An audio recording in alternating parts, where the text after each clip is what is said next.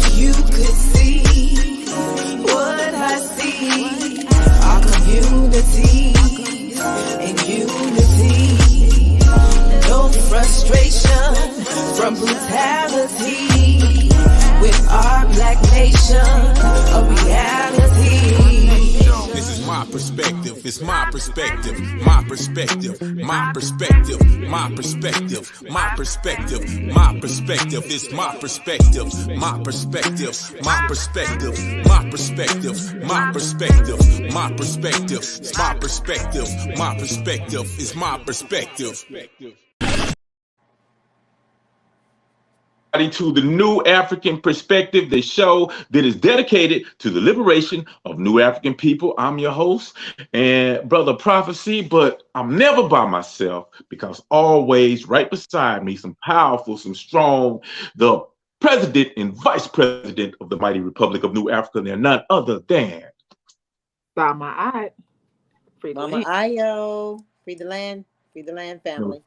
No doubt. And we are part of the New African Independence Movement. And y'all should know by now, we struggle for land, independence, self-determination, reparation, the creation of a system that ain't about exploiting people, ain't about getting over people, but about providing everybody with the needs, the resources, everything that we need in order to survive and reach the highest level of our human potential. That's what we all about, y'all. But man, we got a great show today, and we kind of started, some new lessons, some new information, some new principles given to us by the mighty Republic of New Africa. We're on the aims of the revolution, which is a part of our constitution, which is the Code of Emotion. And we're up to the aim number 2. What is aim number 2? To support and wage the world revolution until all people everywhere are free. To support wage revolution until all people everywhere are free. Now that seemed pretty heavy right there. Now what's that all about? What are we talking about here? What are we trying to do? What are we trying to tell the people here on this particular aim? Well, when we talk about oppression right now, we're looking at oppression under the guises of what we call capitalism, imperialism, neo-colonialism. So we're talking about the world oppression, because that's probably the greatest threat to humankind today. So, and of course, that what piggybacks off of that or veggybacks off of that is white supremacy and racism. So when you talk about oppression, it's literally the war against imperialism and neocolonialism. Ashe. Definitely. Ashe, and we know what those particular systems, how they bind us, because in those systems somebody has to lose, and it's usually it's always us.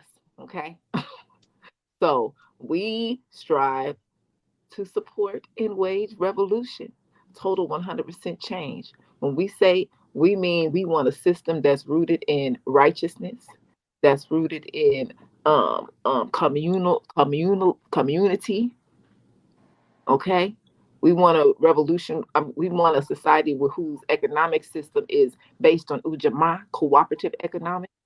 We have and I'm looking forward to us getting into explaining what Ujamaa, our economic system, really looks like in terms of in working. But that's our goal. We want to end that totally to all people everywhere. We didn't just say Black people. We didn't just say Asian. We said all people everywhere are free. So this is a movement of love. This is a movement of righteousness and justice. And that's what it is. Wow. So I mean, if I'm hearing this clearly, we're encouraging revolution against basically oppression everywhere, because what we're up against is not just a localized system of oppression, not a localized system of white supremacy or racism or imperialism, colonialism.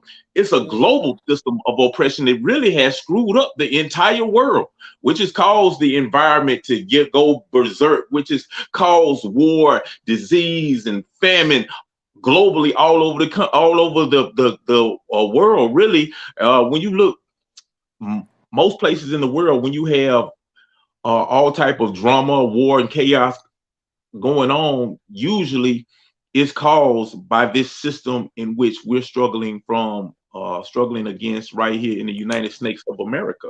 So yeah, so I guess, they say if one person is not free, then none of us are free. So that's what's up.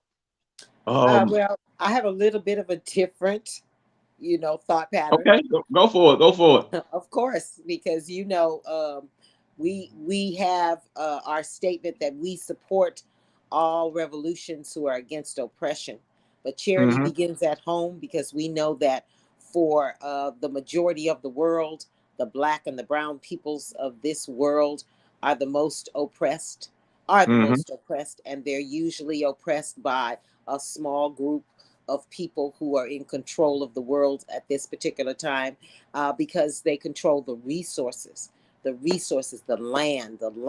and the resources, the people resources, is the power in which they rule the world. So when we talk about waging a world revolution, we're calling on the peoples of the world, the people where the greatest mineral resources are coming out of the land, which happens to be, of course, our brothers and sisters in the Caribbean, South America, Central America, and definitely in Africa. So when we talk about that world revolution, that world oppression, we're talking about seize back the resources that are coming from the land, particularly in that shape of raw materials, and then being taken by literally pennies, and then given back to the people for hundreds of dollars. We're asking the peoples of the world to tell their leadership, stop. Stop that. Stop giving our the land free, the wealth from the land just freely like that. And when the people rise up and to begin to see that there's an inequitable share of power of the world, then they'll rise up and hold their leadership accountable. But in the meantime, the Republic of New Africa is saying free the land, and that's at home and abroad. And with that, I yield. Right. So, so, It so just in other words, to make sure that I'm clear what we're saying we're in support of the end of this global system of exploitation and oppression. But of Absolutely. course, we are waging our war initially right here in the United States of America to free the land so we can establish our independent sovereign nation here and deal with the beast in which we've been suffering from for over 500 years up here. Absolutely. Because after all, we are the experiment. We are the social experiment that is being waged on the world, in which all other aggressions, all other seizings of colonial power, because we are in the colonial master's backyard, and every type of genocide that they want to put out to the world is done on particularly descendants of enslaved Africans first, and it's being implemented all across the world, right here. Our social experiment is the world experiment. I yield. Gotcha. So there you got it. Aims of the revolution #2. So far, 2-0. I think we on a roll. We've been on a roll. So that's like 17 straight in a row. So if we going back to the new African Creed. But Madam President, what we got on tap for the show today? okay. So of course we are still celebrating our sisters today. So we today in our Black Power File, we are going to honor Queen Nanny of the Maroons. Okay, Mm, that's my personal she rose, and I'm sure a lot of yours too, right? Then we're going to, in our cadre corner, we are going to be going over Black women in antiquity. Then is that by Ivan Van Sertima, correct? Edited by. Edited by Ivan. Okay. And then in our discussion today, we're going to be discussing Black women's role in warfare. Okay, we're going to be discussing that thoroughly. So we should have it should be nice and lively. But have some things that we need to discuss in the news. So let's cover some things that are in the news that seem quite interesting. Okay, all right. Where can I get started? So in Flint, Michigan, there's a Black mother of Black family who's calling for justice against these two white firemen who on May 28th, 2022, there was a fire in Flint, Michigan in a Black home. These two firefighters named Daniel Snizglowski and Michael Zoloki.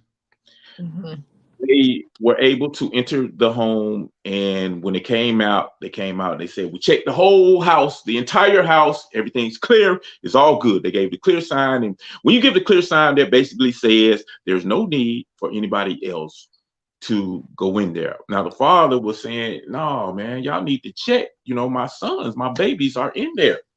But they was like, no, it's clear. So time passed. Eventually, two Black police officers came in, went to the area in which these white police said they checked, and he discovered two young boys, a 12-year-old and a 9-year-old, hanging on to life. They carried them out, rushed them to the hospital, and they died 3 days later. Now the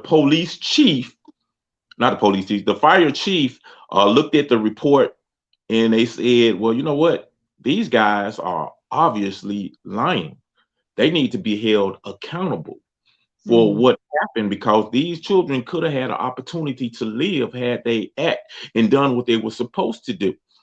And lying on a document of this nature is really a felony.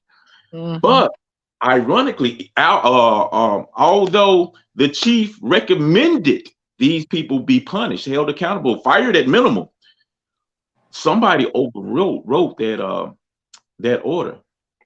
And the individual that overwrote that order tried to keep his identity concealed, but members of the community discovered who it was, and that was actually the mayor of Flint, Michigan.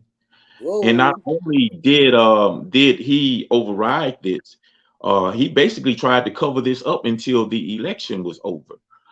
There was an attorney by a community activist who was hired by a community activist to get to the bottom of this. Now, this particular attorney, which was supposed to be acting in the best interest of the family, was a friend of the mayor, and he encouraged them to, hey, let's keep this under wraps until the election's over with. So, basically the community stood up and said, we're going to have an independent investigation now. And as it stands, they're still trying to get justice for this family. But I mean, it's a case where you had two Black children who, possibly could have been alive today. But because these two firemen didn't care enough to do their job thoroughly, they're dead. And then you have a system who tried to protect these individuals. In fact, just to add fuel to the fire, the mayor,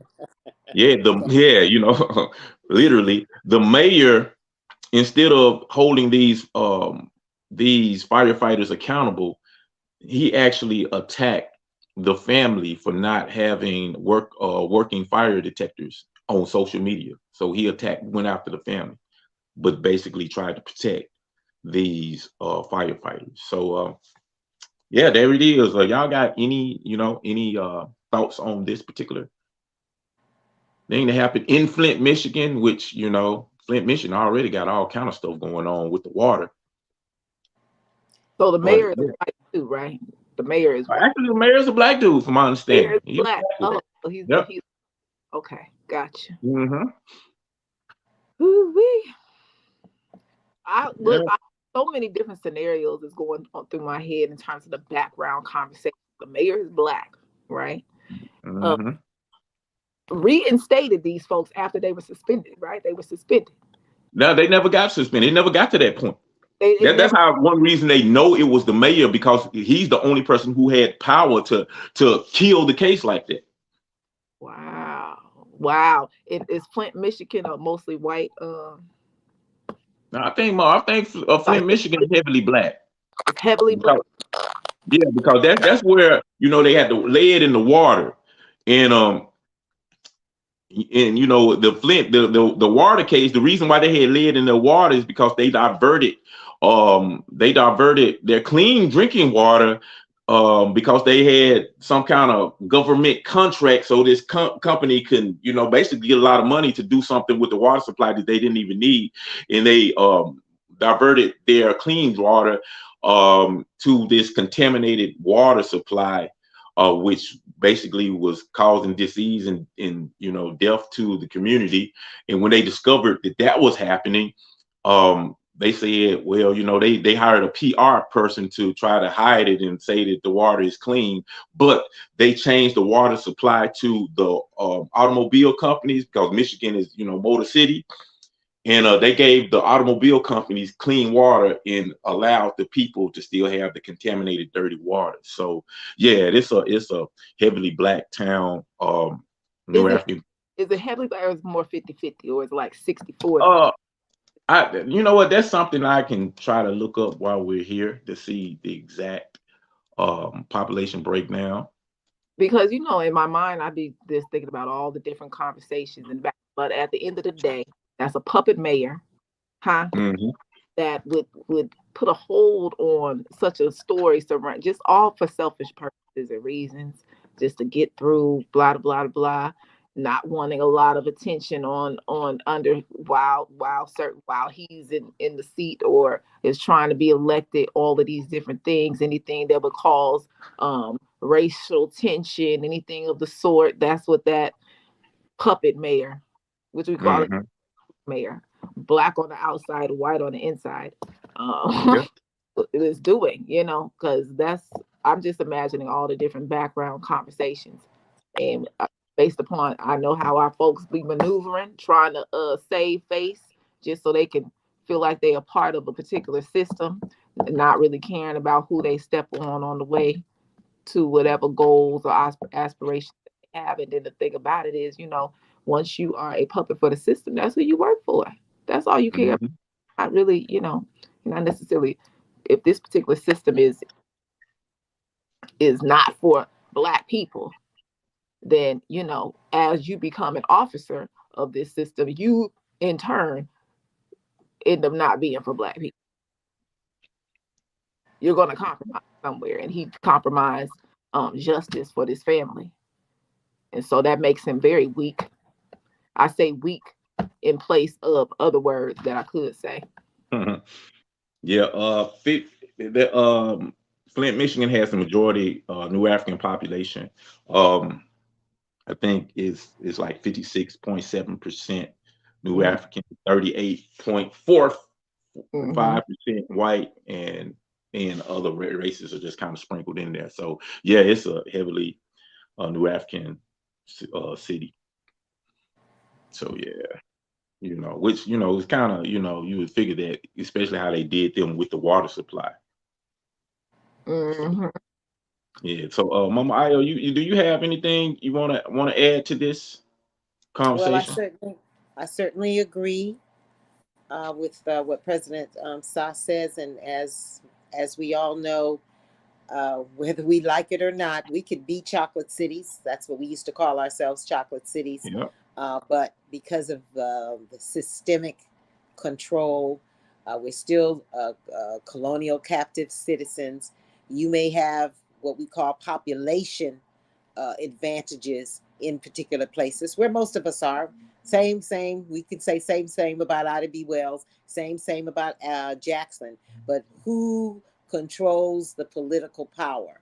And Hmm. when you are a what we call gatekeepers, people who believe in the system, you've bought into this system of integration, so that you have your, now you the police chief, or you the fire chief, or you the mayor, and you of course are a person who a melanated person, a new African. It doesn't mean that you have the best interests of your people, the best interests of trying to make things more equitable in the place in which you live and reside and have authority over.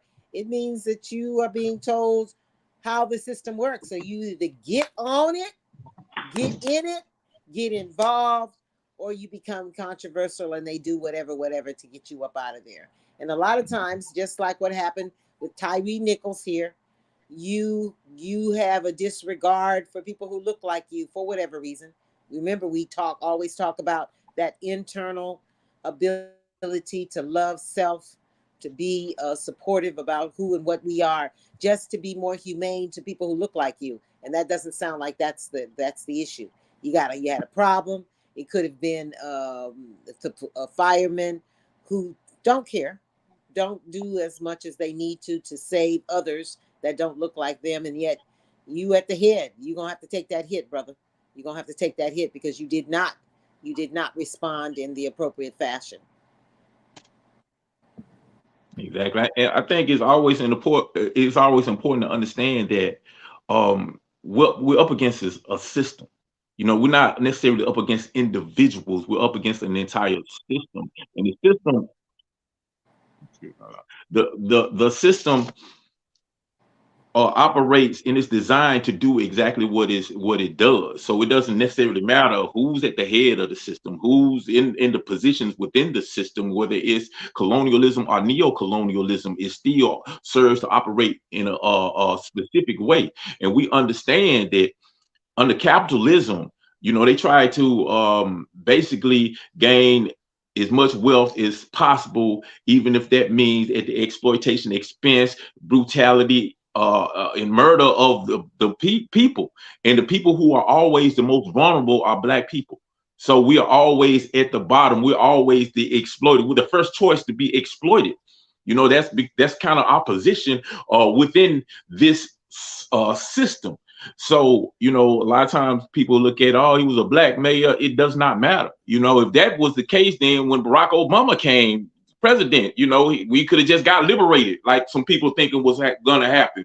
But it's a system, you know, and as long as that system exists, that's why, like we always say, it's important to have a proper education, because when we free the land, if we bring this same system, then we're going to do the same thing. The people are still going to suffer from the same oppression. It just be a different oppressor. You know, we'll be 100% in control of our oppressor, but we'll bring about the same result, because the system is not broken. The system is working the way it was designed to work. And under this system, somebody is going to get oppressed. Somebody is going to get exploited. You know, so our struggle is not about, well, I just don't want to be oppressed. Our struggle is like the aims of the revolution said. We got to fight against all oppression. We don't want nobody to be oppressed. We want to create a society where we're actually free and allowed to grow and live in happiness and be the best representation of ourselves that we possibly can. And that the system prevents that from happening. I want to acknowledge some people that's chiming in. I see Joe Gonzalez. How you doing, brother? Joe Gonzalez. All right, comrade. Yes. In fighting to free the, he said, in fighting to free the land, let us keep in mind protecting our sacred water, the life source to all humanity. Definitely, because this system of capitalism.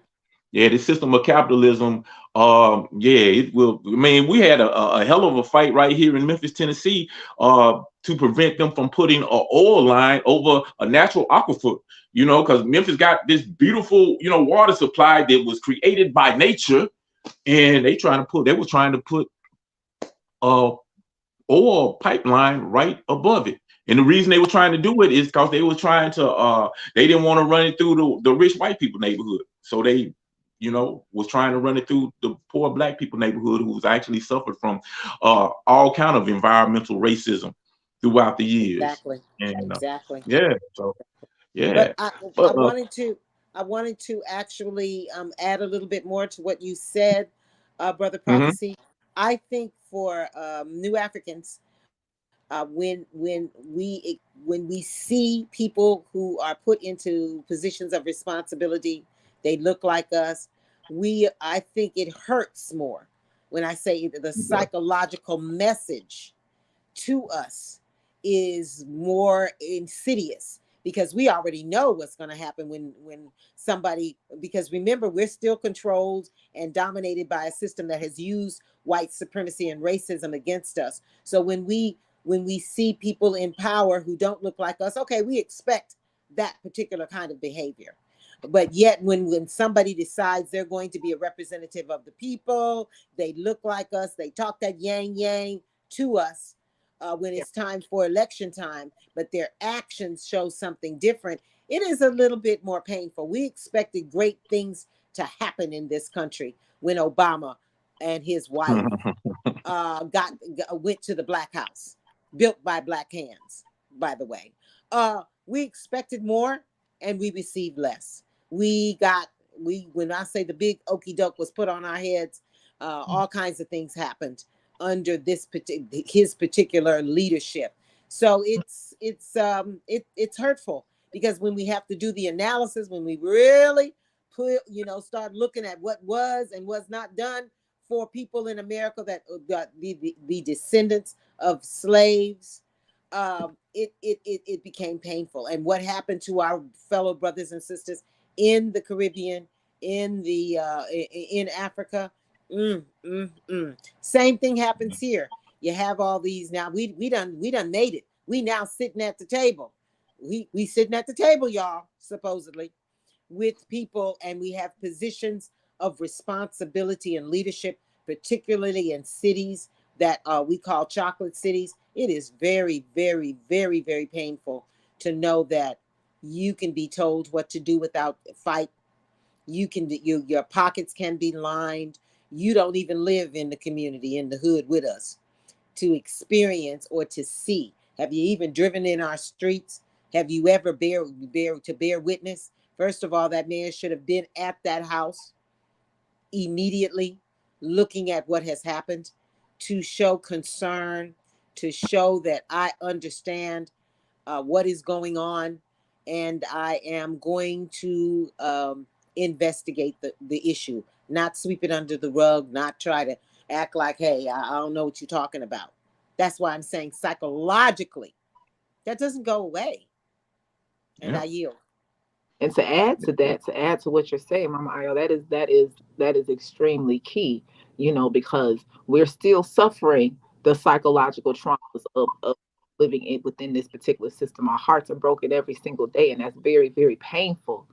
That's the tactic that has always been used, the divide and conquer tactic that has always been used to pit us against one another. So we are in an extremely traumatized space and state. And so if we're saying that we want to, we're waging this world revolution for all people to be free, when we think about our own freedom as highly melanated people, as new African people here, and Black people abroad, we have some major psychological traumas, some major mental health issues to overcome. And so for us to be able to overcome, because there's steps before you get to all people are free, right?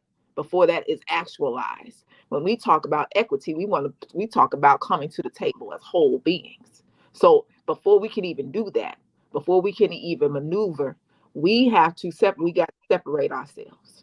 Okay? We got to be 100% independent so that we can heal thyself and get over those psychological traumas, learn how to commune with one another again. That is part of our revolution, right? That's a part of something that I are responsible for. So I think that's really, really, really, really key. We say world revolution all everywhere, yet those steps in between is us healing thyself and becoming self-sufficient. Definitely. Absolutely. It remind me of something that was on this movie, real popular movie called The Matrix. I know everybody's seen it, but especially when my favorite. yeah, when you was saying how when you see one of us in power and they're still promoting the agendas of the empire, how it hurts, it stings. It just reminded me of a scene from that movie, The Matrix, when Morpheus was in a simulation of the Matrix, and he was teaching Neo about what he was up against, basically about the system. And he said, look around, look at all these people. These are the minds that we're trying to free. But we got to understand that they are so connected and so dependent upon the system that they will fight to the death to basically secure it, to make sure that it to sustain it and uphold it. And that's, what I'm saying, that's basically what we're up against. We have been the victims of a 500-year propaganda program that has, psychologically traumatized and colonized our minds to the point where when we do try to free the land, probably one of the biggest oppositions we're going to have are the very people who are connected to this system and want to fight and defend this system. So that's something real. Even once we do free the land, that's going to be something we have to deal with. After every revolution, it's actually two revolutions. There's a revolution against the oppressor, and once the revolution is won, there's a revolution against the individuals who have sided with the oppressor, who still wants to be a part of that system. So you know what I'm saying? That's an example. So when I see it, I don't even get upset with it anymore. I wish it would not occur, but I just recognize them as just a part of this big system. I don't even see the system as black or white anymore. I just see it a system of oppression, and whoever's a part of that system is the enemy.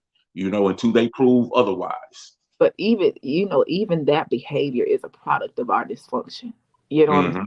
You sit and listen to people that really, really uphold this system. Their story sounds like, well, it's my own people that have been, my own folks that have used, my own blah, blah, blah, blah, my own.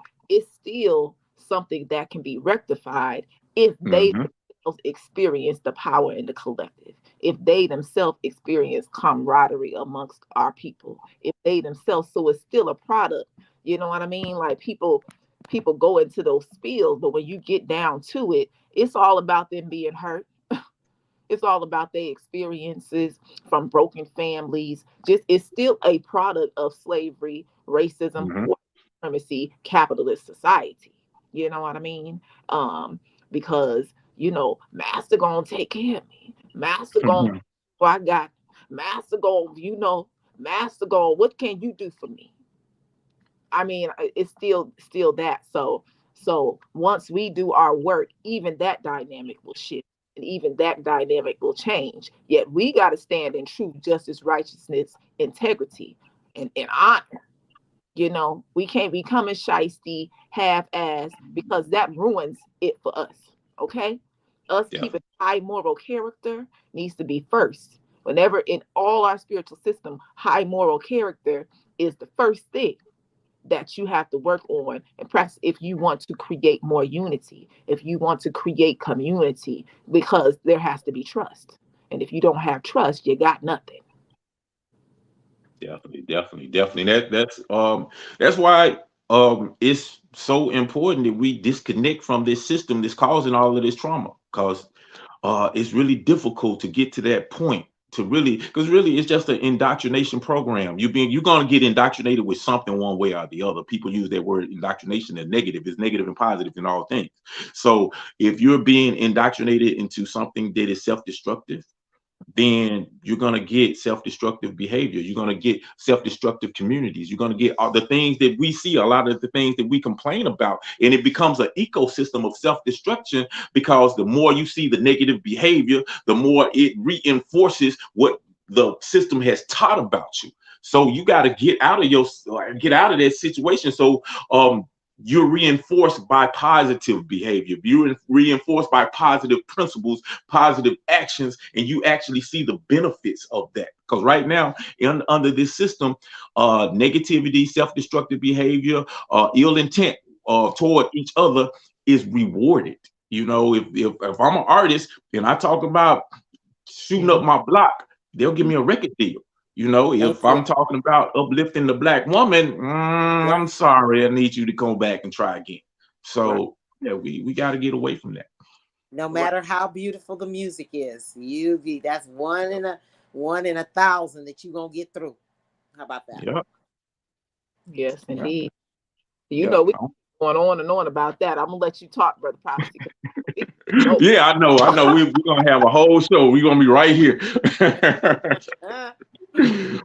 Okay. Are there some more comments from our comrades? Yeah, we got a whole bunch of comments. Let me go. Let me scroll back. Just on the news. How about that? Yeah. News, The y'all. first story. Say confidence. Cesaro OKK. Respect beautiful people, royal family. Respect to you too, comrade. Thank you for checking in. Ashe. We got our National Minister of Defense checking in. But money, how you doing, brother? Information. Yeah. Yeah. And defense. Yeah. You see, there can't be no new African nation without the new African woman. Say it again, comrade. Say it again. Definitely. Thank you. New Yeah, African family on the rise. Yep, definitely. He had another comment that went along with that. This is a good time to highlight the new African woman and her achievements during the International Women's History Month, which we refer to as New African Women's History Month. Definitely. Yeah, see, we all on the same page here. Meta Queen, I see you doing everything, sharing the show, being that soldier that you are.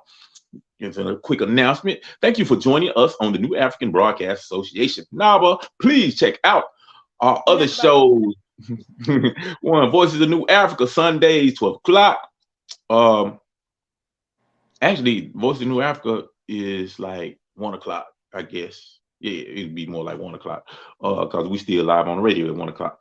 Facebook Live, Foundations of the Nation, Tuesdays at 10 o'clock a.m.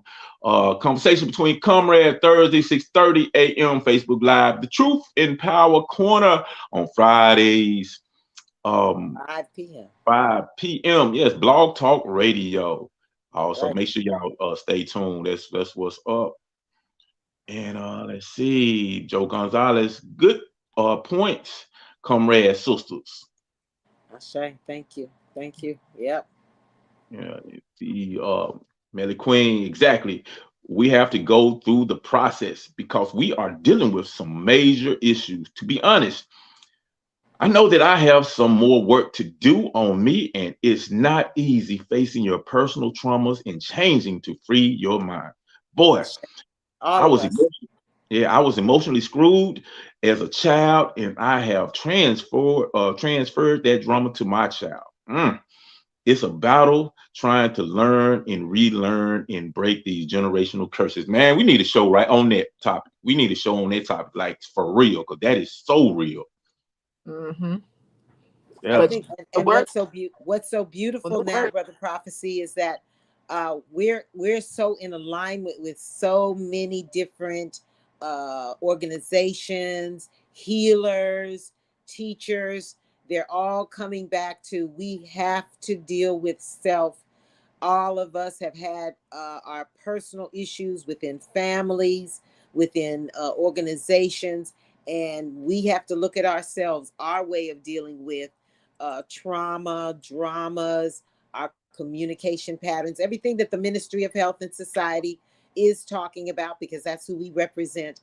And the word of the day, the mission of the day is health and healing for new African people, because we have got some stories upon stories, upon stories, upon traumas, upon just horrific things and beautiful things. But a lot of it is, we call epigenetic, post-traumatic, all of it. It's still viable because, you know, those are the things that Dr. Bobby Wright talks about. Of course, our Queen Mother that we highlighted, Dr. France Welsing, Nathan Hare, all of them. It hasn't gone away.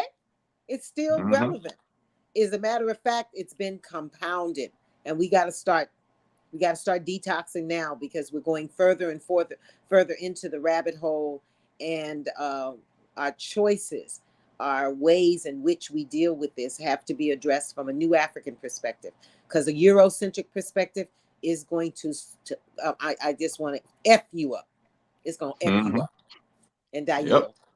And what Mama Ayo said, it hasn't gone away, and it's not going to go away. As many healing circles and as many different initiatives for healing that we can do, okay, we're not going to see 100% true healing until we are independent.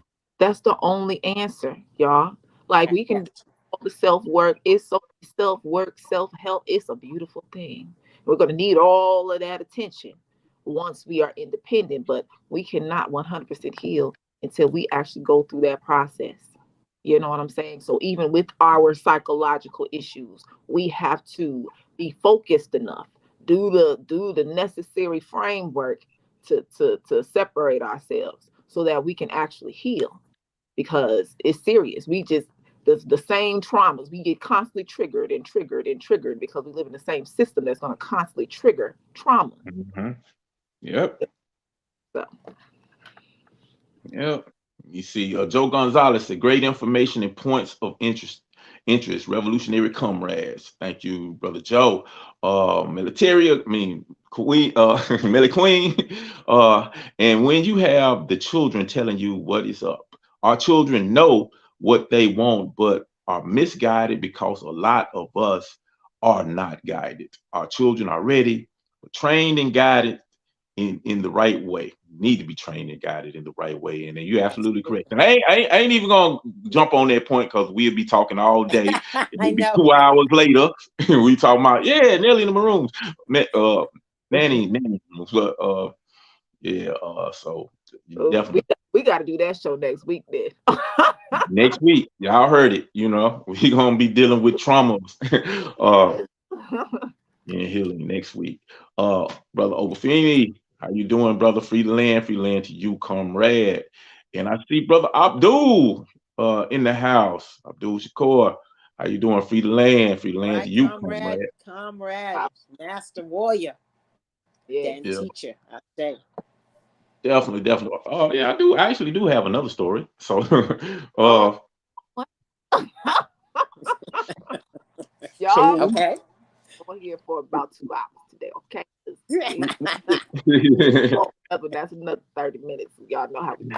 I know. We'll make this one quick. This one's easy. At least I think it is. So we've been talking about how this reparation movement in America is like slowly creeping into the mainstream, and we've been saying it's going to get louder because when the cat's out the bag, you really can't put it back in at this point. And in San Francisco, a lot of people have been talking about how they just released a proposal, some advice on how to possibly give residents of San Francisco reparations, and they recommended that payments of $5 million to every Black eligible adult, the elimination of personal debt and tax burden, guaranteed annual income of at least $97,000 for 250 years in homes in San Francisco for just $1 of family. Now, these were some of the recommendations. They have over 100 recommendations. This was done by the Reparation Committee Task Force in San Francisco. Since that, it's been a lot of backlash and criticism of this. Interesting criticism came from the NAACP, which said, no, we don't agree with this. We don't agree with a cash payout for reparations. We think they should be more, reparations should be paid in community programs and maybe set up some community cultural centers, which was interesting. I know when I looked at the reparation proposal, I was like, the main problem that I had with it, I ain't have a problem with the money given to the people, but I didn't see anywhere where they allotted land in a place where we could develop and build for self and really do for self and disconnect ourselves from this system that is oppressing us. And they always think that, the foundation of reparation or any kind of repair got to be setting up a situation where we can do for ourselves and cut off the oppressor. So that was my main issue with it. I didn't really have a problem with the cash, give out, because they did, they owe us all that too. But what are your thoughts, on this particular the proposal and the NAACP's response? Well, I think I think it needs to be a combined thing. Like you give individuals, you give you eliminate debt, and you give money for institution building. That's the thing. But the only problem I have with is our people are not organized. Even it's going to be mismanaged. It's going to go right back into this particular system. The whole point of reparations is to rebuild and repair that which is lost. If each Black person has $5 million, then that needs to go into building for self. Have your own land mass and build for self. Because that's the true reparations. Because our nationality was stolen. We were stolen from our designated areas in which we lived, and was never given the opportunity to return. So, so all of that is fine and well. It's just we're disorganized and it's going to be mismanaged, and that's the problem that I have with that. Got you. Yeah, I'm in agreement. You have any comments on this, Mama Yo? Well, we always have to come from a nation perspective, since our Declaration of Independence incorporates the whole issue of reparations, the freeing of our political prisoners, et cetera, et cetera. And we've written several reparation statements. We've gone to court as a nation, charging the United States with crimes that need to be addressed. And each and every time, of course, we've had our reparations brief in Congress since 1987. It was presented not necessarily through the Black Caucus, but to Congress itself, and it has not been addressed. And one of the things that our reparations statement, I'm talking about the provisional government, is to talk about, of course, there's going to be reparations to individual families that are the descendants of enslaved Africans, but we're also talking about the reestablishment, the rebuilding of the 5 states. In other words, monies put into every particular, as Sister Sa and you were saying, every particular institution that we want to build. And of course, our formula is going to talk about not only just the United States, but who brought us in before 1776. Of course, it was the Spanish. Of course, it was a few of the French. Of course, it was the British, because remember, America was a colony of the British, and they actually were in control and in power. But to know that our political prisoners would be released, hopefully back to the land, so that they could be reacclimatized or reacclimated to New Africa, and what it's going to take as far as people resources. And for me, I would call it the plan that we want to institute would be the Lumumba, Obadeli, Queen Mother Moore rebuild of our society, of our particular nation. And it's not going to be just one drop, just one stop, one payment, because you've been paying the state of Israel since 1948 and beyond, all these years, at least 3.8 billion a year. Oh no, you finna pay for the 400 years of payment. So, and that's going to be yearly. So it's a very, very tricky situation. I applaud all the conversations about reparations, but because we're coming from a nation and not just an individual perspective, we have a lot of responsibility, a lot of blueprints that need to be instituted, because, from our educational system to our medical system to every system institution that we want to put up as far as New Africa is concerned. Now, those individuals who want to that be a part of New Africa but still live on this land, that that has to be mapped out. That has to be a conversation between new African people. That's right. Who because you have that choice. That's one thing that I love about the Republic of New Africa, is that you have the choice to stay in the bowels of in the belly of the beast. You have the right to repatriate into the diaspora. You have the right to repatriate to Africa. And you definitely have the right to come into the national territory and help us build, or you can help us build from without in the foreign territory of the United States of America. It is your choice, but what does that look like as far as as our collective advancement, our collective empowerment as a nation of people?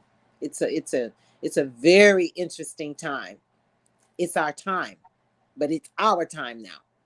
So let's come to the table and have that conversation.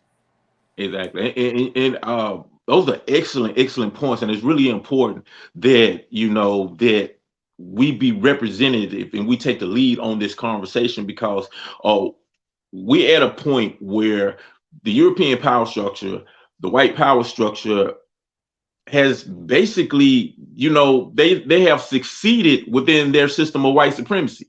They gain all the resources, they gain all the power, or gain control over everything. At this point in history, actually just being straight out racist don't even benefit you, because all they do is agitate the people to rebel. Because you already got, you've already, won the resources. You won that particular battle for that particular time period. So right now, this question of reparation is something that's kind of hanging on their head. Be like, if we could get this out the way, then we don't got it. You know what I'm saying? If we get to get this out the way without it hurting us too much. That's why we have to gain control over this conversation, control the narrative, because they'll basically try to pull the okie doke over us and say, okay, yeah, we gave you a couple of dollars that did not bring about any real change, because you have no infrastructure set up. You have nothing, no control of your community. So when we gave it to you, you just gave it right back. It wasn't even reparation. It was a stimulus package that stimulated the economy of the United States, because we are the biggest consumers in the United States. So yeah, it's a pacifier. Yeah, exactly. A pacifier with some honey on it there, so it tastes good for us. But like you said, all sides, because our perspectives have never really been represented properly within this struggle, because it's basically been three strategies in which you outlined that Black people, New African people have strived for in dealing with this system of racism, white supremacy. One, you had those, as you said, who want to stay within the system and try to make it work and reform it and try to make, the American dream, the true dream it was supposed to be, this wrote on paper. You have individuals who want to go somewhere else and start their own nation, whether it's Africa or somewhere else, and become independent there. And there are those of us like us who want to take piece of this land and make it ours, because our ancestors worked, bled and sweat and died for the establishment of this, nation right here. So we believe that part of it should belong to us. All of those different strategies should be represented. All of those strategies should be at the table to discuss, okay, how do we actually do this? Because all of them have to be respected, point blank, period. I'm wondering, what's the status of Cobra? Do anybody know what's the status of Cobra right now? Absolutely. They're still on the mission. Okay. They've definitely had changes, like all organizations have had changes. We know that in Cobra, it was established as a organization that was functioning in harmony with the Republic of New Africa, because it was founded literally by the founding mothers and fathers to be that voice of reparations, to assist in our call, which was of course I guess a natural conclusion, a natural outline of the Declaration of Independence, to alert the citizens of America who are living here, the new African citizens, about the fight for reparations. I'm sure they've been a couple of times to the United Nations. They've participated in the 2001 Durban Conference and they call them the 400 that went to Durban on Black people's behalf. So they're still on the mission. They're still on the mission, and they're still in that fight. However, in Cobra is an organization. It is not a nation. So whatever what I call challenges and whatever achievements, it's all a reflection of what is going on within the nation. And I really applaud their work and continue to monitor them to see how far they're going. Yeah. I mean, I think like at minimum, I think, in Cobra should be at the table, with these thoughts, with these, all these people who are researching and trying to come up with, solutions. Because, like I think I heard Melly Queen say on one of the comments, the NAACP and organizations like that, they don't represent us. They Absolutely. represent the system. They represent the establishment. They represent the bidding and the deeds of the empire. But we got to push forward because we're gonna have us about a 4-hour show today if we don't. We sure are. We already are. Already in route for it. But when we come back, we're gonna talk about this writings, some Black women in antiquity on our Cadre Corner. This is the new African perspective. We'll be right back after these short messages. Free the land, y'all. I am. I will.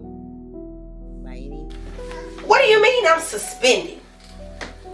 I work too hard to be treated this way. I love my students.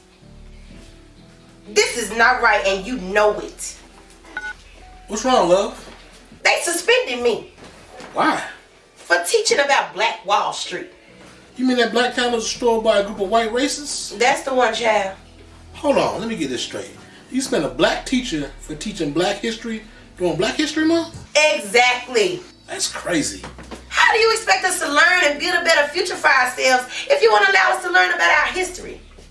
Maybe this can help. What's that? A solution.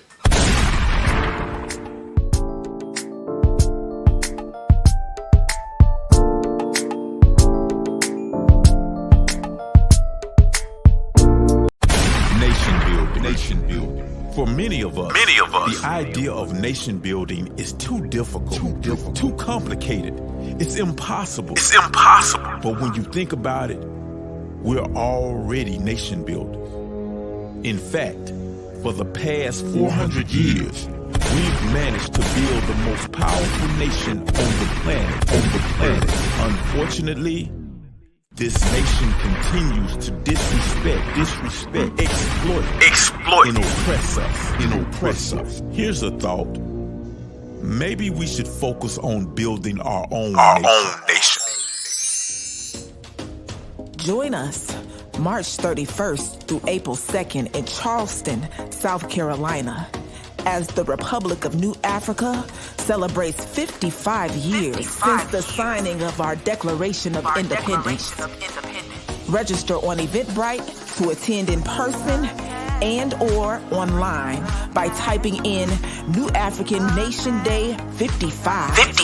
Also, find out more information on our website, pg-rna.com. Free the land by any means necessary. Free the land, free the land, free the land. They gotta free the land, free the land, free the land. Study the writings, speeches, documents of our freedom fighters in order to free our neo-colonialized minds. This is the Cadre Corner.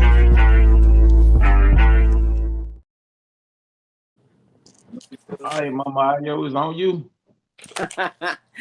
Okay, thank you, family, comrades. Today we're going to talk about a history book, but it's full of information. It's full of empowerment. It highlights and the title speaks for itself, Black Women in Antiquity. And of course, it is edited by Ivan Van Sertima, one of our, what we call his history master teachers. This book was written somewhere around, or edited about 1987. And what I love about this book is that it gives a whole bunch of information written by different scholars and researchers. It starts off with Ethiopian and Egyptian queens and goddesses. And we have topics like the African Eve, which of course was addressed by Ivan Van Sertima. We want to talk about the queens of Ethiopia, the female Horuses. So we really talking about some deep study here. We're talking about Nefertiti. Nefertiti was talking about, of course, one of the Black queens of ancient Kemet. We're talking about African goddesses. That's a piece that was written by the late great Runoko Rashidi. So we have a lot of different scholars that contributed to this book. Sonia Sanchez wrote a piece, Nefertiti Queen to a Sacred Mission. Then part two of the book, of course, addresses Black women in ancient times again.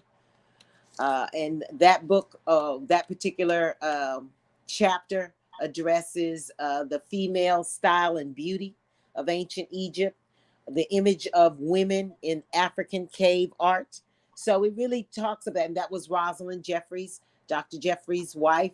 Part 3 talks about conquerors and courtesans, of course, and that's John Henri Carp, which talks about the African warrior queens, African women in early Europe.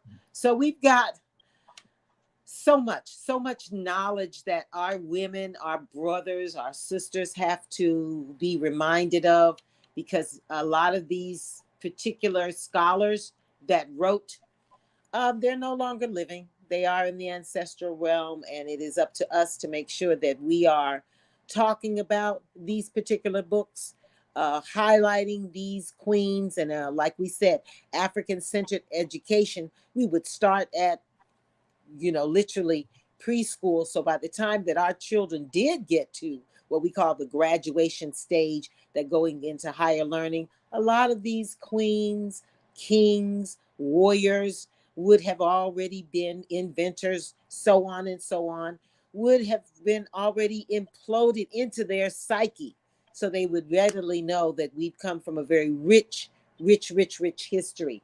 We want to talk about also Hypatia and women's rights in ancient Egypt was also addressed by Beatrice Lumpkin. And that's definitely talking about one of our, what we call multi-geniuses back in the day, back in ancient Egypt. We want to talk about the Madonnas that were actually sent through Europe. If you know what you're looking for and you go to some of these ancient cathedrals, you will literally see the Black Madonna and Child, which we know is Isis and Horus, or Auset, and Auset, of course, at that particular time, and how that these Black women were the Genesis, and how they were revered. I remember reading, I was very, very shocked, and I believe it's a cathedral in Russia, where the women, where people would come and get the blessings of the Black Madonna and Child. And literally, I'm telling you, families, in order to get to that picture, which they now claim is, it's dark because of age and blah, blah, blah, the whole thing. But you would have to lick, I'm telling you, when you read this book, you would have to lick your way up to this particular beautiful edifice, which is a picture of the Black Madonna and Child. And people claim that once you did that, you would have all kinds of miracles happen. Now, of course, the government had to stop that over time, but that was what was happening to these ancient pictures. And we won't talk about years ago, I believe it was in Time magazine, I think it's somewhere in my archives, how the Pope at that particular time was sitting in front of a picture of a Black Madonna and Child from the Vatican, y'all. From the Vatican, hear me well. So people know our secrets, they know our history, but as we say, it's all been whitewashed over time. And of course, the last particular chapter in this particular edited book is called Hatshepsut. So with that, I encourage you to go ahead and get a copy of this book. Get a copy. It has to be a part of your library. There's so many books that have to be a part of our libraries. But with that, I yield. All right. That's Black Women in Antiquity. Excellent book. Man, you brought me back with all the names that you were dropping and just reminded me of how, Black women have a rich history of great achievements, and it was always in the African tradition that Black women were always looked at as an equal. As Black men, we have all of this big I little you when it comes to our sisters, to our queens, our mothers. Which leads us to our topic, because we want to talk about the role that Black women have played in warfare, in our struggle, in our fight against our oppressor, because we go back since millenniums, from the recent history to from Asada Shakur all the way back to Nzinga to Hatshepsut, as you talked about, to man, you can run out of names. So I'm just open that up. What are y'all thoughts on the Black woman's role in warfare and fight against our oppressors? I mean, Mama Ayo, that was just like the perfect introduction to this conversation. You know what I'm saying? Like, for me, Black women, New Africa, we're the keepers of the culture. You know what I'm saying? Like, you know how they have all of these sayings, if you give a woman a house, she's going to make it into a home. If you give her your seed, she's going to make it into a child. We the creators of culture. We're the keepers of culture. We are the first teachers. And all that reminded, to me, it's important to know where you came from, to know your lineages. That's all of our lineages. Remember, we know our historical reality. So that's every melanated person's lineage. To know who you are, so you can sit on your throne, be your whole full self. Don't hold back your power. Don't try to suppress it. Because this is what we do. These are the things that we do. And so the whole purpose of taking a look back is so that you can look forward. You can be in the present and the now. Be able to evaluate what needs to happen now as a woman, because we are organizers as well. We organize. Like, I feel like men come with certain aspects of structure. We fill all of it in to make it make sense. Right? All of them different pieces together to make it make sense. So, for me, it's just a good reminder to continue, be all that you can be, bring out your own. Right now, we got to do that self-work of bringing out our own gifts and talents, recognizing our own capabilities, because we are extremely powerful beings. So we really don't have any limitation. Our only limitation is our destiny, right? Your only limitation is whatever you done agreed to do it before you came through. That's a whole nother conversation. But seriously, that some of your most vicious warriors, right? Because women, we have particular special powers. We have special powers. Some of your most vicious warriors will be women. That's just the honest to goodness truth. See, because we're very particular. We gonna come, if it's a plan, we gonna make sure all the I's are dotted and the T's are crossed, because that's just how we are. Y'all be thinking all that nitpicking and this, that, and the other. No, it's with reason. If we in our right cultural context, It's all with reason, because we never did anything just because. It was even our beautification is with reason. We don't originally. Now I can't really speak on that which don't belong to us, that belong to the drag queen population. I can't speak on that. Okay. I mean, big hair that don't belong to you and lashes that don't belong to you. All of that bigness, right? But I'm talking about originally our beautification in terms of how the particular ways that we braided our hair, the particular jewelry that we wore. You think this is just for beauty? No, it's you use it in warfare as well. So it's certain things that we just have to. We just it's good to know who you are, so that you can evaluate and look at society and look at nature and look at your place in it from your perspective. Definitely, definitely. Mama Ayo, you got any comments? Well, I definitely know that from a new African perspective, from just a holistic African perspective, war is waged on many, many, many levels.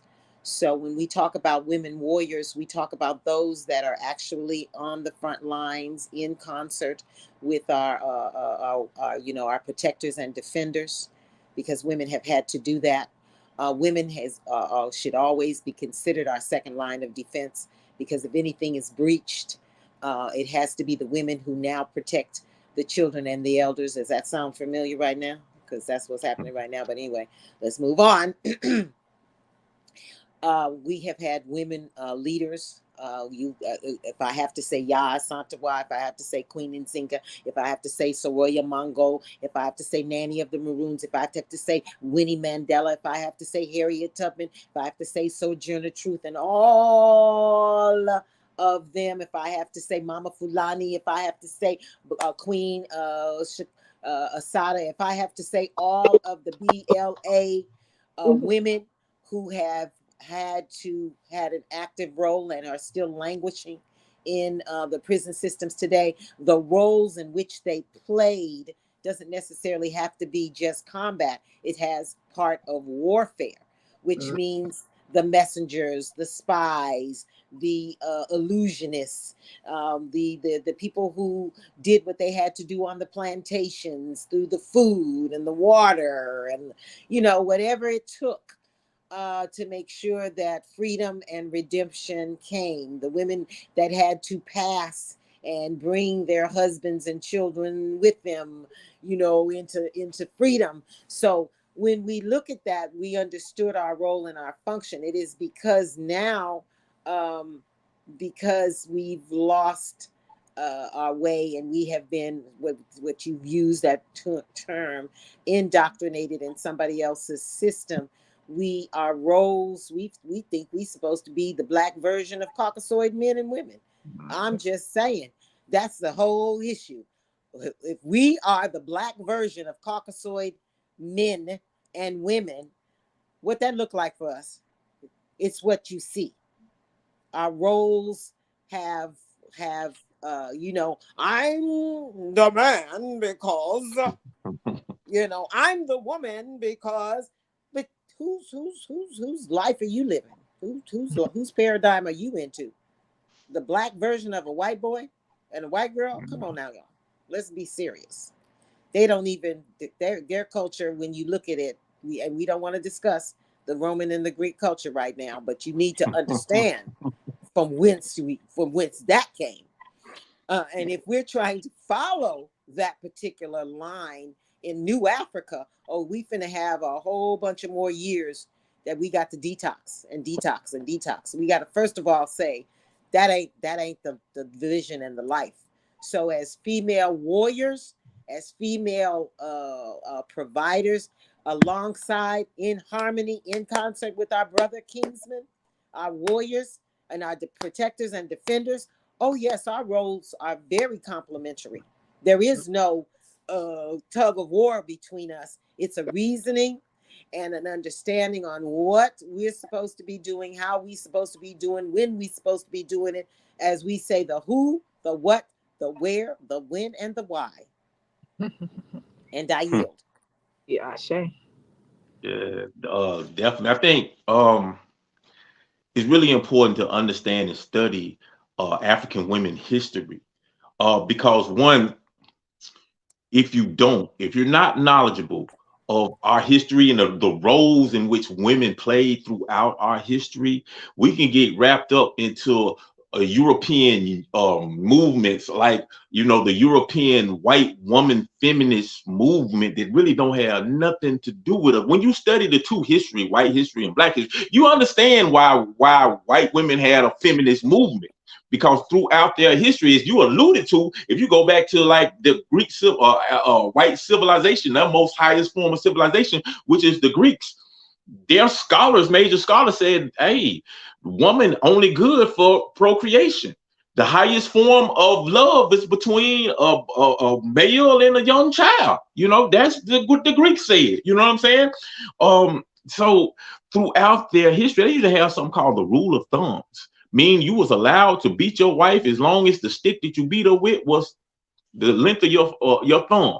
And as you had some big hands, then But so when you study the role of African women throughout our history, I mean, like you named several of them. You studying African women dispels a lot of myths about did they tell about our history in general? Because they say that over on the continent that African people didn't fight against the slave trade. But you got people like Nzinga and Candace who fought, Nzinga fought off the Portuguese. They fought off the oppressors and won. Whoop they tail. You know what I'm saying? Exactly.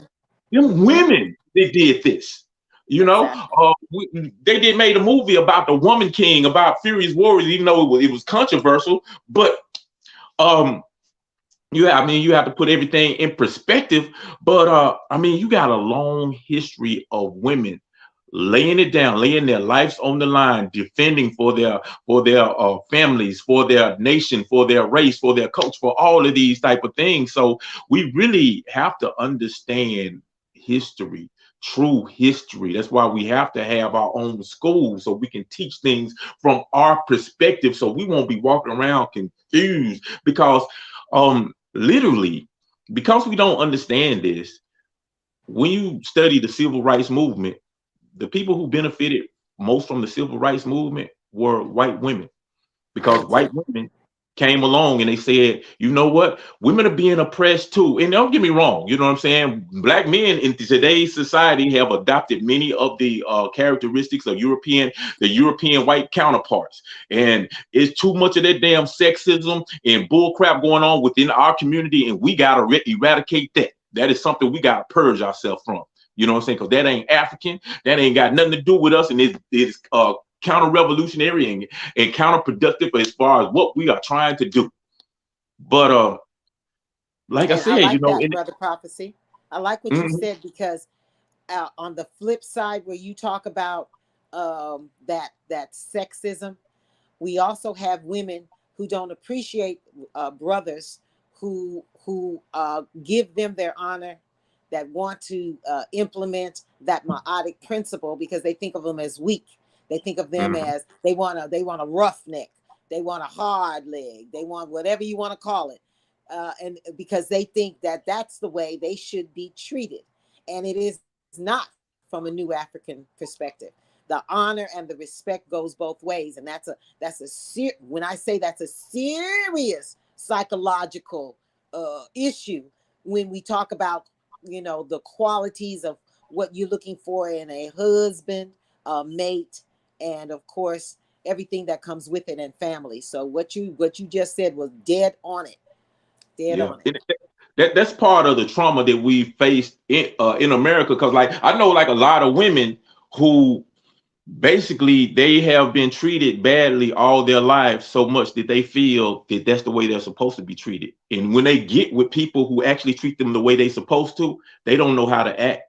It's almost like they explode. Like, I can't. They will self-sabotage it and blow it all up because they can't deal with being treated correctly. They are so accustomed to the trauma that they don't feel comfortable unless they're in a traumatic situation and a toxic situation. So yeah, you know, it's just part of our healing process. Got to get back to ourselves, because one of the things that you're seeing now, you're seeing African people walking around with European mindsets, looking through life through a European lens, and it does not work for us. It is counterproductive. In fact, European lens were designed in a way that leads to the exploitation of African people for the benefit of European people. That's why, you know, earlier the story, you see this black mayor coming to the aid of these white firefighters. You know, that's why you see these black dudes in Memphis beating the hell out of a young black man who's a skateboarder. You know what I'm saying? So yeah, I'm a yield on it.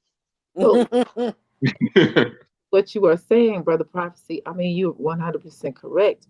You know, just us interacting, and this is not gender specific. This is just all of us. You know, we respond specifically when we meet somebody new. We respond. We have a trauma response. We do. All of us have a trauma response. We look in to see before we open up. We are true. You understand what I'm saying? That's what I'm talking about. That's what we're talking about when we're talking about being enslaved mentally, spiritually, physically. Like, you literally hold yourself back because of trauma. We all have trauma responses, and so that if we want to change the dynamic, and some of us more so than others, you know what I'm saying? But if we want to change that dynamic, yeah, we gotta separate ourselves and do that internal self work that we keep talking about, so that, you know, we can change that dynamic amongst one another. Because the first response is, who is this? Yep. Now, where you coming from? My sister, it's the first response is, who is this? Exactly. Yeah, you know, I know. Go ahead. Now I know that, like, just looking at just podcasts, random podcasts, one of the hottest topics nowadays is usually the battle between the sexes. You know, you have a podcast, you say, well, you know, women do this and they don't do this, and they do this and this, you know what I'm saying? And some of them good points. And then you have the other ones, well, men are this. Some of them good points, but the reality is both of the situations, both of the points of view are the result of the same thing: living under a system that has traumatized us and had us thinking in a way that is unnatural and counterproductive.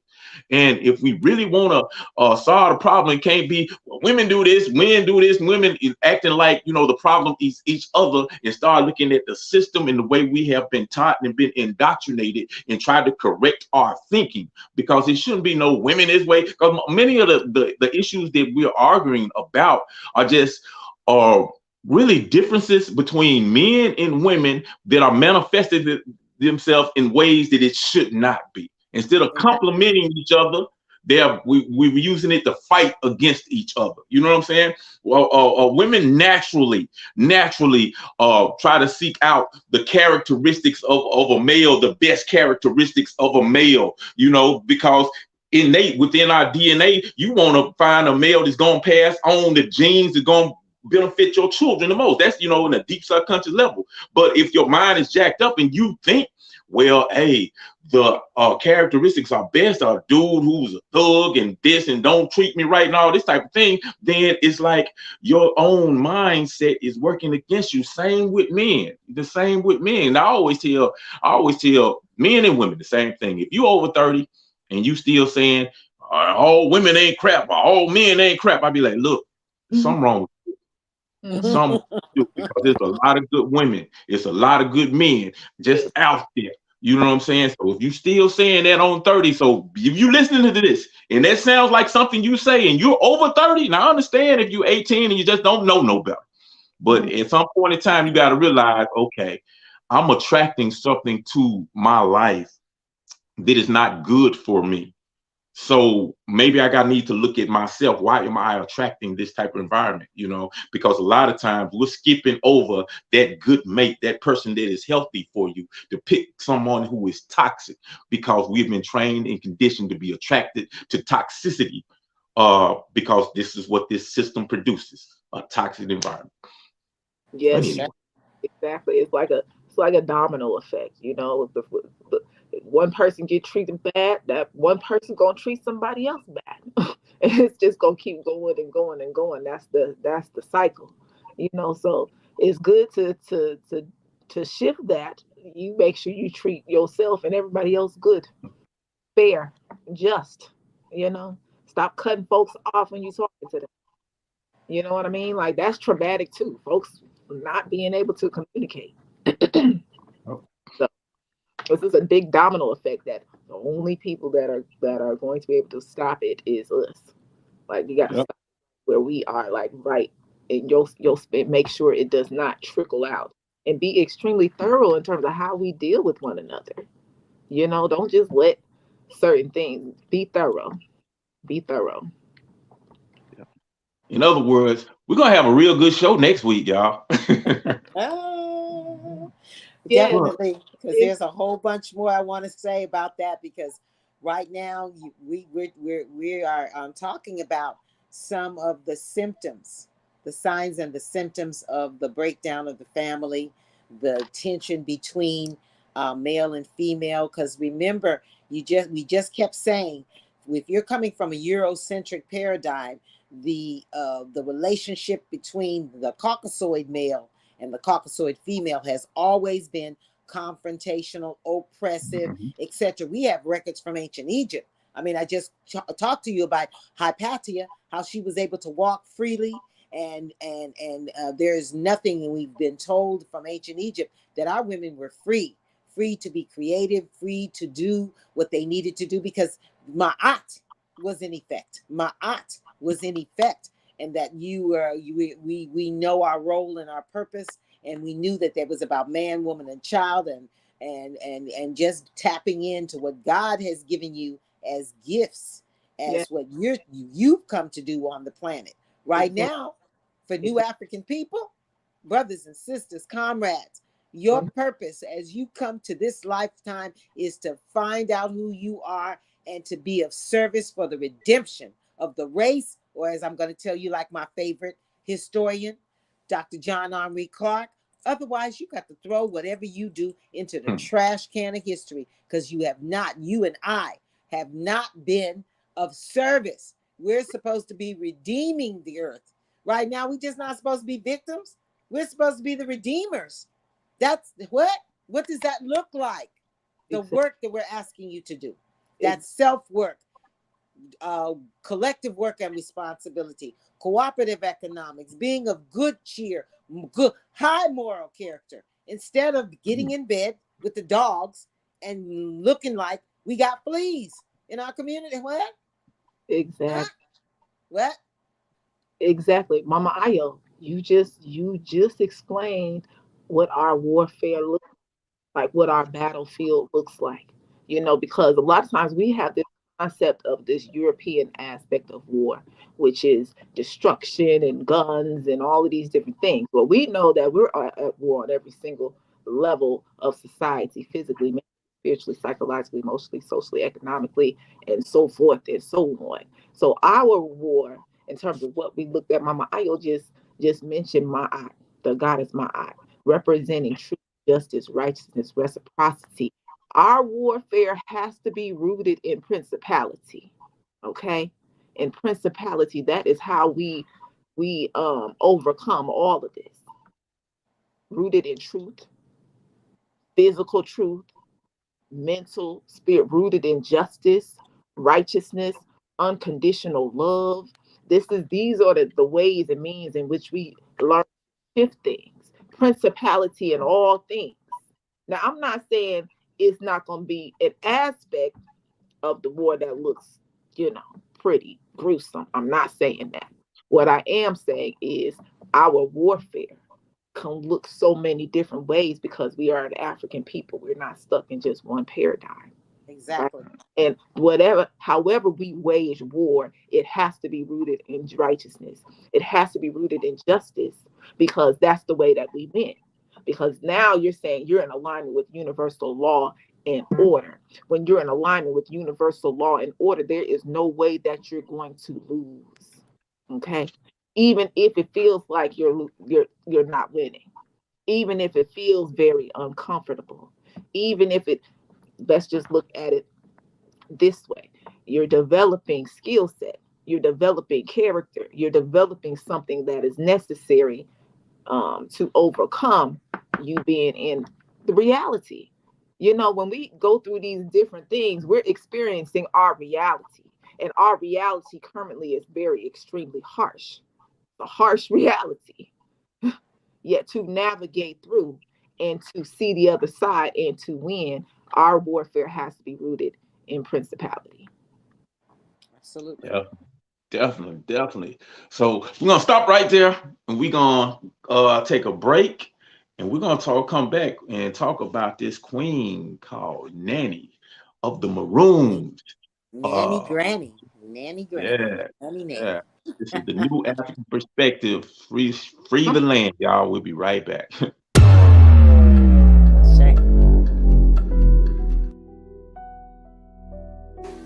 I understand you were just doing your job, but that still doesn't make you right. Oh, I'm definitely fighting this. Okay, thank you. Babe, you ever thought about doing something different? What you talking about, babe? I mean, look, police shoot us dead in the streets. Corporations poison our food and our water with lead and other chemicals.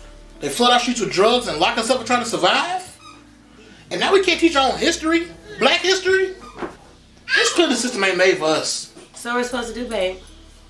Maybe it's time we start our own system. Pack your bags. Why? We're going to South Carolina.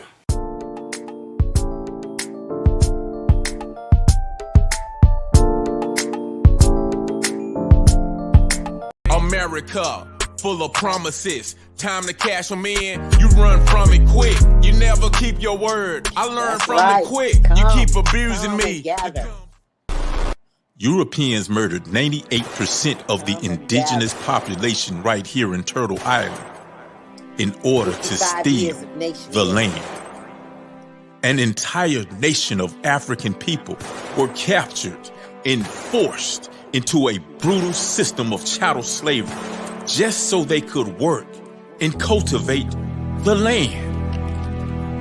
All wars are fought over land, not over terrorism, not over religion, not even to win the hearts and minds of the people, but for the actual land and the resources within the land. So it is safe to say that land is the foundation to all freedom. So if we truly want to be free, then our struggle is for land. Free the land.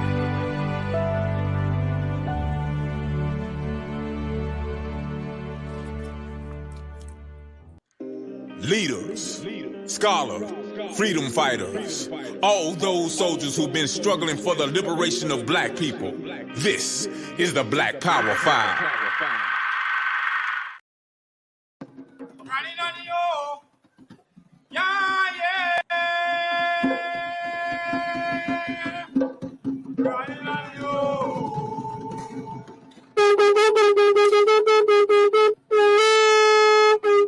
Mante, my name is Marcia Douglas, currently the acting colonel of the Charleston Maroon Community, the Chief.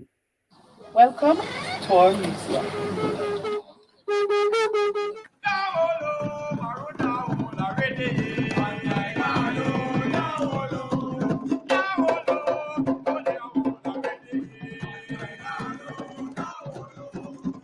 So the role of Nanny of the Maroon in Freedom for the Maroon is that she provide, or she make herself into the diligent leader that one would have been looking for.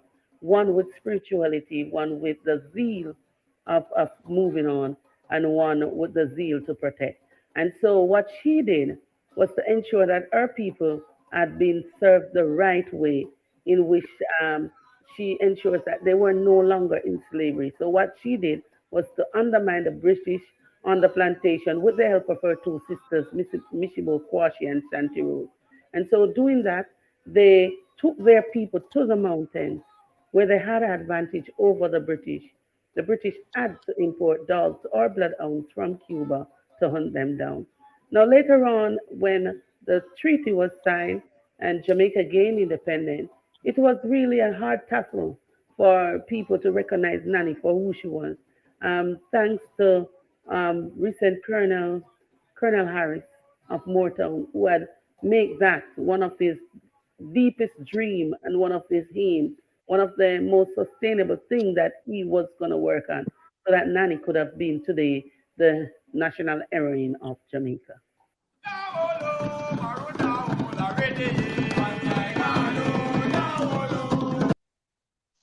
There was a little bit about Nanny in the Maroons, one of a true freedom fighter who fought against the British colonizers of Jamaica, utilized guerrilla warfare tactics, whooped them up really, really good, forced them to say, okay, look, we got to sign a treaty because we can't deal with y'all. You know, what y'all got to say about this Queen Mother Warrior, Nanny, Queen Nanny? Well, look, all I know is this shows you the importance of knowing your terrain, the importance of having a good, close relationship with Mother Earth, the importance of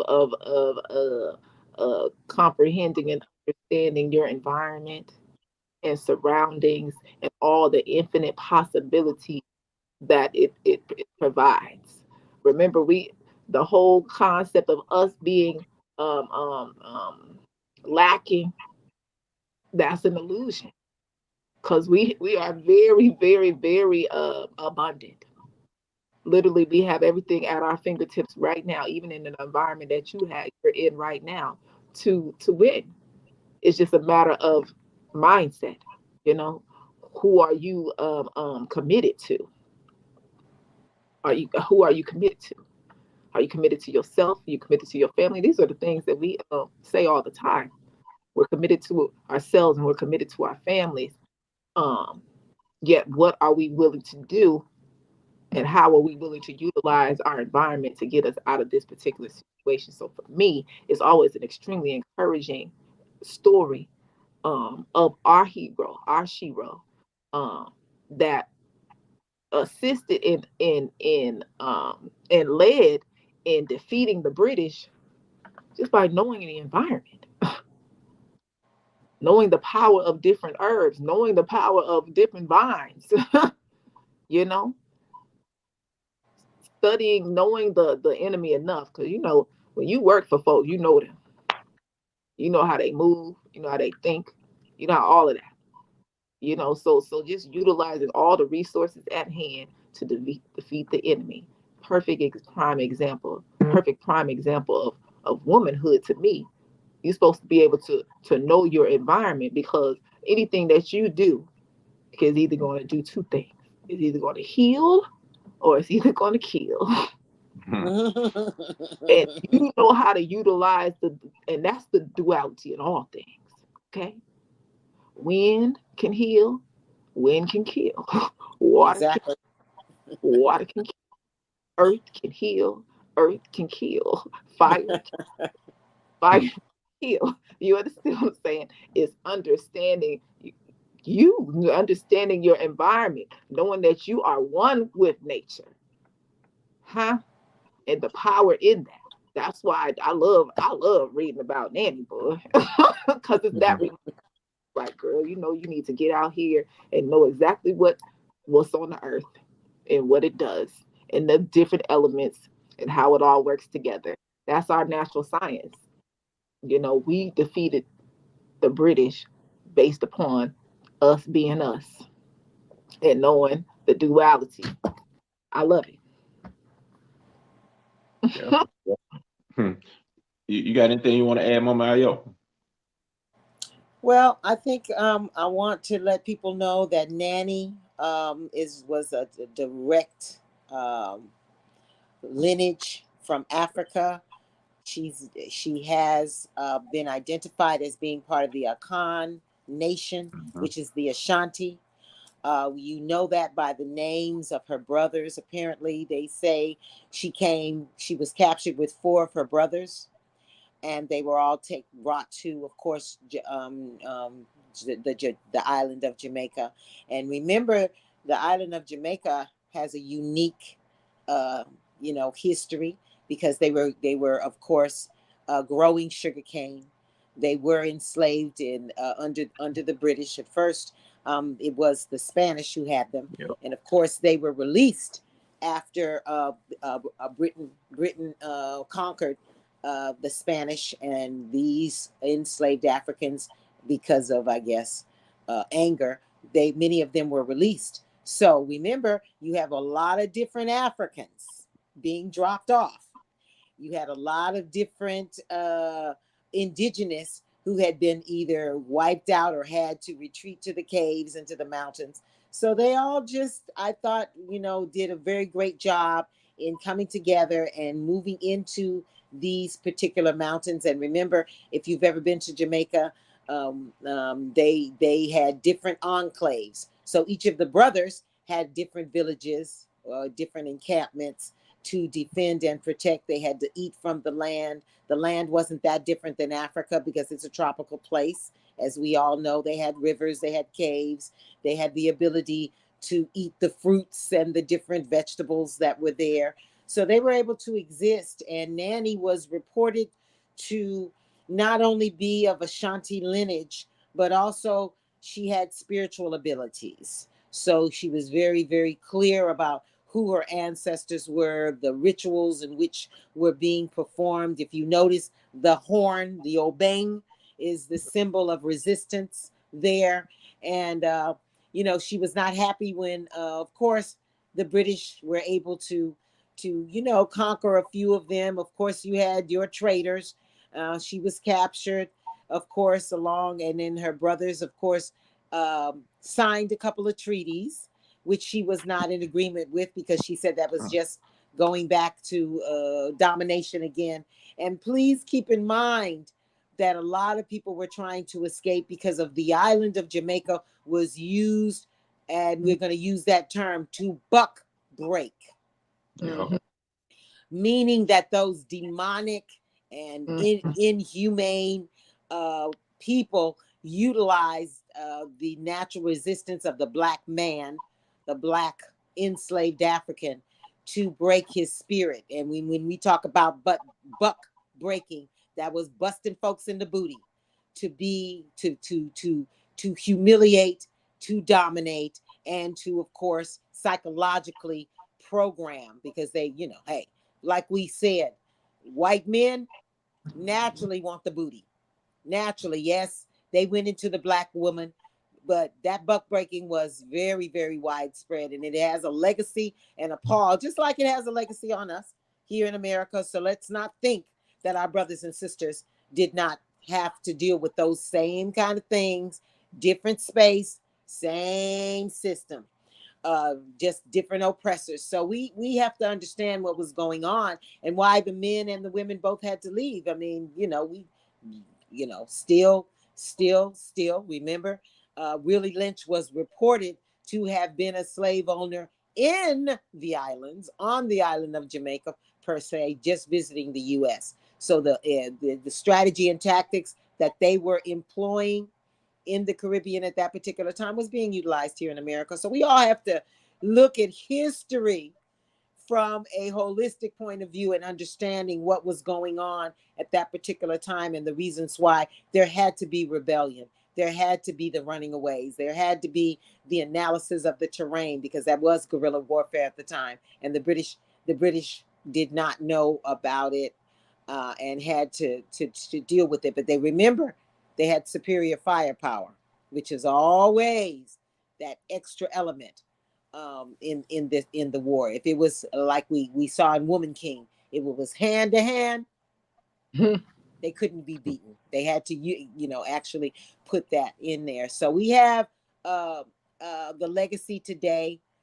We knew it when I first went to Jamaica and I went up into the Maroons. We went to a Kampong. We know that is a direct name from Ghana, which is a champong. So, it just all clicked together. We have signs, we have remembrances. And when you know what you know, you go to places with a critical eye, with an assessing eye, And as Garvey said, anywhere you are, if you're a black man, you an African, and you catching hell. You have been catching hell, you continue to catch hell. We are still neo-colonialized captive subjects, no matter where we are. And with that, I yield. Definitely. Definitely. You brought up a couple of very important points. Because it's a part of history that people just don't talk about. We don't want to talk about that part, that journey of the Middle Passage where they broke the enslaved African. That was some of the most brutal treatments of human beings that this earth has ever seen. Because one thing you have to realize about slavery, these European people didn't go to Africa and get slaves. They got scientists, they got builders, they got architects, you know, in order to get a person who has lived in true freedom, you know, for millenniums and millenniums, and bring them over here and make them slaves. Something had to happen to them.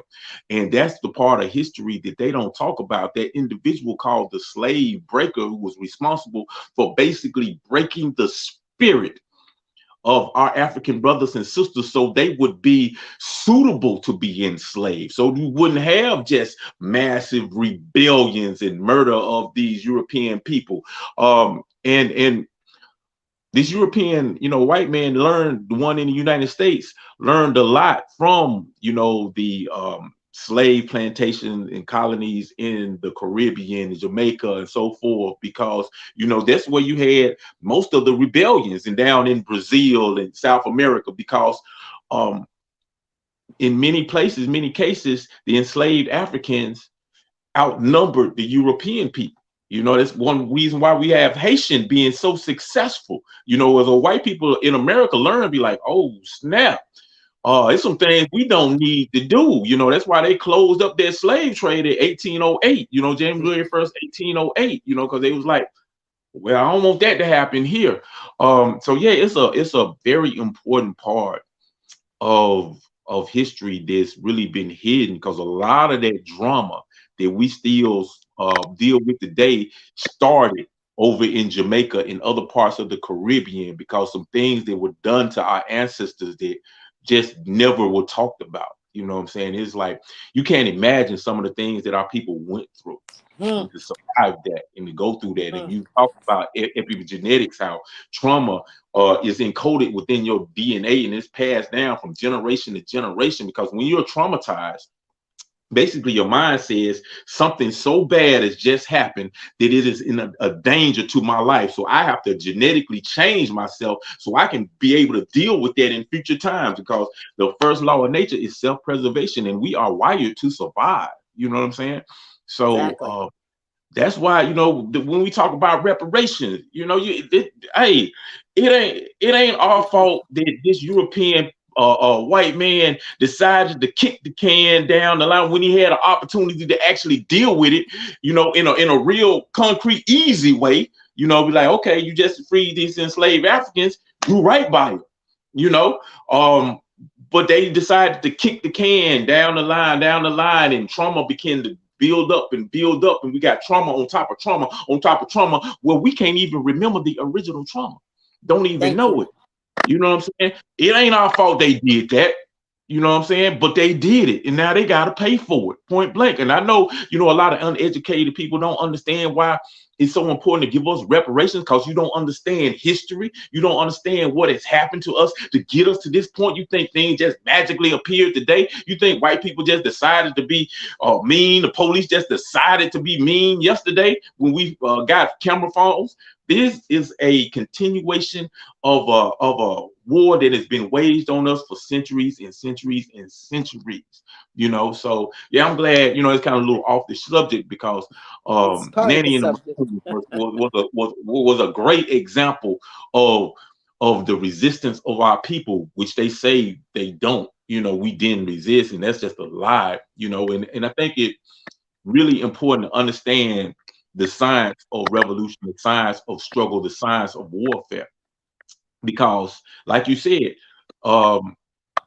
they have superior firepower, superior military, but there is a way to attack them And it's been proven throughout history. Guerrilla warfare has always been used to take down a superior power. It happened in Vietnam. The United States ain't won all the wars, contradicted. They lost in Vietnam, and superpowers have lost and by inferior military forces by Sounds like applying Afghanistan, they lost too because they pulled exactly. out. Exactly. So you know what I'm saying? A lot of people look at the United States as this unbeatable force. No, anybody can be beat. You just got to understand the science, understand their weakness, and all of those type of things. And I'm gonna shut up before somebody FBI start knocking at my door. But anyway, it's speaking facts though. We have the power and we have the mental capacity to do so. That's why we strive heavily and push within the Ministry of Health and Society. Y'all got to eat from the earth, okay? So that your synapses can be on point, so that we can think our way intelligently through this process. We can think logically through this process. We can think our way objectively through this process. You know what I mean? Because we may have a lot of trauma and we may have some triggers. Yet if we don't know how to maneuver through despite and stay focused on the goal and objective is null and void, So I'm telling you, we can think our way through this. We have all the resources right at our fingertips. There is nothing else that you can prove to me otherwise. Okay. So we don't have 100% accountability on our part. Yep. You actually we've been on for a very, very long time. Well, I want to at least acknowledge. Comments. Any comments? I want to acknowledge. I don't know if we can go through because we got a whole bunch of them. What? Yeah, a whole bunch of them. We've been talking for a minute. But I want to at least acknowledge, everybody who's checked in. Who's that? Umwa Bantum, number 2. Respect, family. How you doing? Thank you for checking in. And of course, Melly Queen, you've been blowing us up. As always, love thyself, Melly Queen. Love thyself, protect thyself, remember thyself. Adonia, you've been kind of going in. Glad you checking in. I'm trying to let me see, pick one of your comments so I can read it. Because I often tell people read pre-colonial Black African about Sheikh Diop to understand Eurocentric gender normatives aren't inherently African. Man, it's so much I can say about that because I got into an argument with some of them alphabet people over on that subject, but I'm gonna leave it alone. Well, thank you for that comment. Brother Che, how you doing? Power to the people, free the land, free the land. Free the land. Yes.